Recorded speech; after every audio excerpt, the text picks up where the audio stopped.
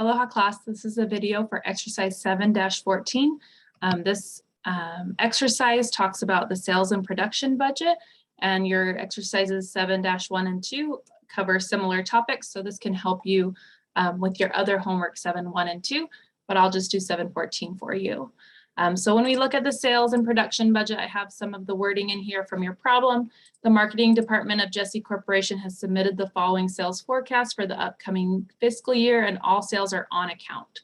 So that's important. All sales are on account depending on how much we're collecting. So we'll do a schedule of expected cash collections. So if some of them are in cash, you'll collect them right away.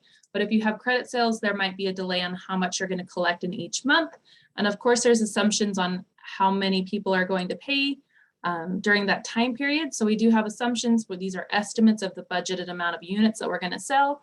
And remember, a budget is a detailed quantitative plan for acquiring and using financial and other resources over a specified forthcoming time period. So we can prepare the budget, and the use of budget to control an organization's activities is known as budgetary control. So you can see the other slides about responsibility accounting and advantages of budgeting, but we're just gonna jump right into our sales budget.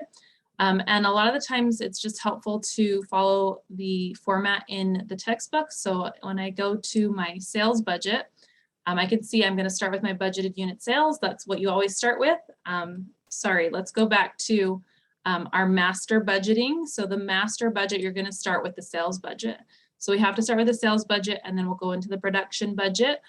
We won't touch all of these in class, but I'll tell you which ones to specifically focus on that you'll be tested on.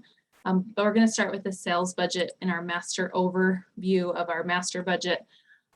So we have budgeted unit sales have to be given to you in the problem. Selling price per unit, so we want to convert it to the sales dollars, total sales dollars. And with that total sales dollars, we aren't going to collect all of our credit sales in the first month. And so, well, in most problems, we're not going to collect all of the credit sales in the first month. So the assumption is that we're going to collect 70% in the first month and 30% in the second month. And this is helpful for our cash flows and our cash budget to make sure we have enough cash on hand so that we stay solvent or have enough liquidity so that we can purchase more units and plan ahead and when we're going to be a little bit cash poor, so we can have a revolving line of credit from the bank. So this is our cash collection. So this is how much cash we'll have in each quarter. So let's get into this. You already had this given to you. So they already told you this is the budgeted unit sales. The sales price, remember we need to convert it to total sales in a sales budget. So the price that they have, the selling price of the company's product, hopefully you can see that, okay, is $18. Management expects to collect 65% of sales in the quarter in which sales are made. So 65 you're going to collect right away, 30 in the next quarter, and 5% are expected to be uncollected. The beginning balance of accounts receivable, all of which are expected to be collected in the first quarter, is $70,200. So this 5% uncollectible, we're not going to collect this in this schedule. Eventually, at the very end of the period, you could write it off with a bad debt expense debit and credit your allowance for doubtful accounts because we are offering credit when we make those sales. But for now, we're not going to account for in the cash budget because they're uncollectible. Okay, so let's first convert it with the $18 of the sales price. So $18 all across the board. And we can also sum this up for the year. Sum up all four of the budgeted unit sales. So we're going to estimate that 50,000 will be sold in the year, and it's $18 per unit. And then we can just multiply. And the good thing about Excel, oh, sorry, not that one. We just want 11,000 multiplied by $18. The good thing about Excel is that you can just copy and paste this all the way down. Or you can drag that corner box. So for say, for example, you just wanted to drag the corner box right here, you could just drag it across and then it'll multiply or drag your formula with relative cell references. So right here, we can see how much we're expected to collect for the full year. This is how much sales we're collecting in the first quarter.